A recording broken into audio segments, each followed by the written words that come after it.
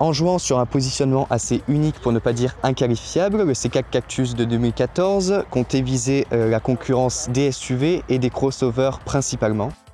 Si l'originalité peut attirer l'attention, elle n'est cependant pas un facteur de popularité. Le C4 Cactus l'illustre parfaitement bien car avec un modèle assez inclassable, le score au niveau de la clientèle, au niveau des immatriculations, n'a pas été aussi élevé que les ambitions du modèle. C'est pourquoi la version 2018 du C4 Cactus, qui est donc un restylage, aura comme objectif de se rapprocher davantage du segment des berlines compactes, un segment très dynamique aujourd'hui et qui pourra permettre de faire gonfler les ventes du modèle. Alors, que vaut cette version 2018 du C4 Cactus? C'est justement ce qu'on va aller voir aujourd'hui le temps d'un essai, avec la version essence PureTech de 110 chevaux et sa boîte automatique EAT6.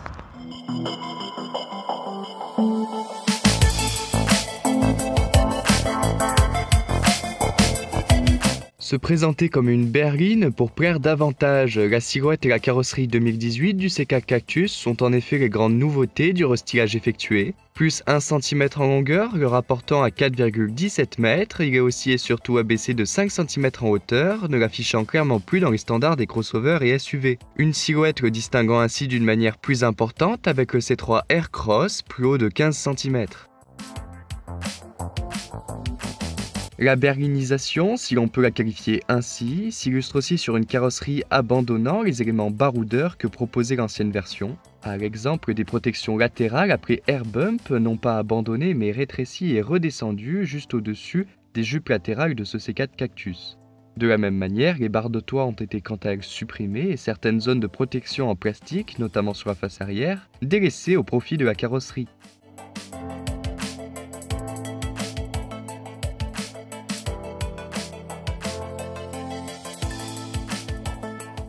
Nous voici dans l'habitacle de ce C4 Cactus 2018 et la première chose à constater est que le véhicule possède une planche de bord identique à celle de l'ancienne version sortie en 2014. Et le premier point positif à constater est que le volant est maintenant disponible avec un réglage en profondeur, ce qu'il ne pouvait pas réaliser sur la version de 2014. Si la planche de bord peut être appréciée par son côté simpliste, fin et épuré, on notera que cela a contraint les ingénieurs de chez Citroën à placer les airbags frontaux et latéraux au-dessus du pare-brise et des fenêtres, faisant perdre quelques centimètres de hauteur du pare-brise et supprimant les poignées de maintien. Derrière le volant, le combiné numérique d'informations sur la vitesse s'accapare aussi d'un affichage de la limitation de vitesse, un élément rendu possible grâce à une caméra de reconnaissance des panneaux de signalisation, un équipement néanmoins disponible de série uniquement sur le 3e et dernier niveau de finition. La tablette tactile de 7 pouces est disponible de série, mais il faudra opter pour la version haut de gamme Shine pour pouvoir disposer notamment de la caméra de recul ainsi que du GPS connecté Citroën. De la même manière, l'accès et démarrage sans clé sera disponible de série sur le haut de gamme Shine ou en option à 400 € sur la version moyenne gamme à préfil. Quant au toit vitré panoramique qui est l'un des points forts de l'habitabilité de ce C4 Cactus, dû à sa taille assez importante et qui permet aux places arrière d'avoir un peu plus de lumière, il sera disponible uniquement en option à 600 €, que ce soit sur fil et sur Shine.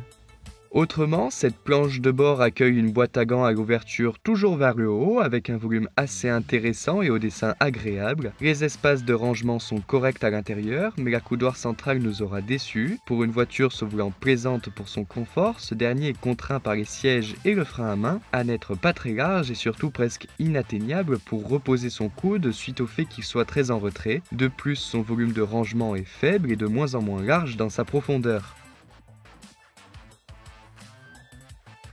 Cette mauvaise exploitation de l'espace est d'autant plus importante à noter au niveau du coffre. Son ouverture est restreinte par un haillon ne descendant pas jusqu'au niveau du seuil de coffre. Une ouverture plus importante ou en deux parties aurait pu régler ce problème. En outre, le volume mesuré à 358 litres est aussi légèrement inférieur à la concurrence. On pourra rapprocher ce dernier à celui de la Ford Focus et ses 362 litres. La berlinisation de ce C4 Cactus ne bénéficiera pas à la garde au toit des places arrière. Si l'espace aux jambes est assez correct, un gabarit de plus d'1,80 m commencera à se sentir à l'étroit au niveau de la tête. Retenez aussi que la plage arrière accueillera confortablement 2 personnes, mais pas 3.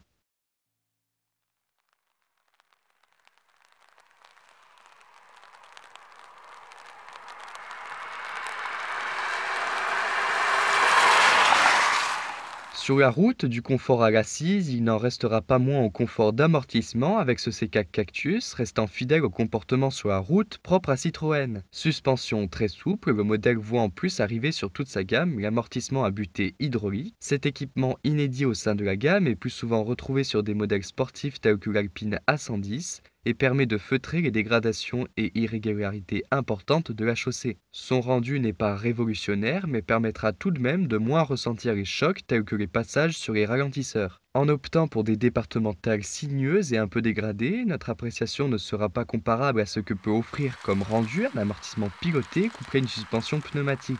Mais le confort est bien là, tant bien même que le travail effectué sur l'insonorisation de ce C4 Cactus 2018 se présente comme l'un des autres gros points forts du véhicule. Au chapitre des motorisations, nous sommes partis sur les routes du Luberon pour essayer les blocs essence PureTech 110 et 130 chevaux. Ce dernier coiffant la gamme est disponible uniquement en boîte manuelle à 6 rapports. Très à l'aise, le combiné boîte-moteur évolue sans difficulté. Bloc au répondant bien présent, il s'adapte agréablement avec la boîte dont les rapports sont assez bien exploitables. Si vous cherchez une boîte manuelle, le PureTech 130 sera le seul à se présenter convenable. Tant le bloc 82, le plus petit, ainsi que le 110 ne proposeront qu'une boîte à 5 rapports, un petit défaut qui fera perdre du confort auditif sur autoroute, dû au fait qu'il y a un rapport de moins et que le régime moteur sera donc plus élevé. Par ailleurs, la clientèle se tournera davantage vers le bloc 110 chevaux, étant le seul à proposer la boîte automatique à double embrayage EAT6. Tous deux se montrent d'ailleurs bien à l'aise et discrets, bien que la boîte attende souvent de monter dans les tours pour passer le rapport. Nous avons d'ailleurs trouvé que l'étagement de la 5e arrive un peu tardivement et n'est pas assez exploitable pour les départementales roulant entre 80 et 90 km/h. À part ça, à son lancement, seul le bloc 100 chevaux sera disponible en attendant le Blue HDI 120 chevaux. A noter que le Blue HDI 100 devrait se montrer assez léger, bien que la voiture garantisse un poids léger, moins d'1 tonne et 100 kg sur la balance.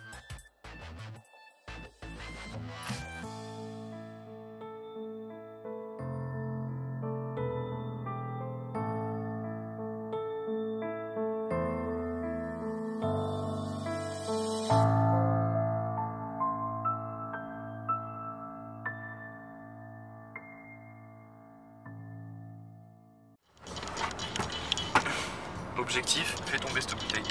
Ok. Merci.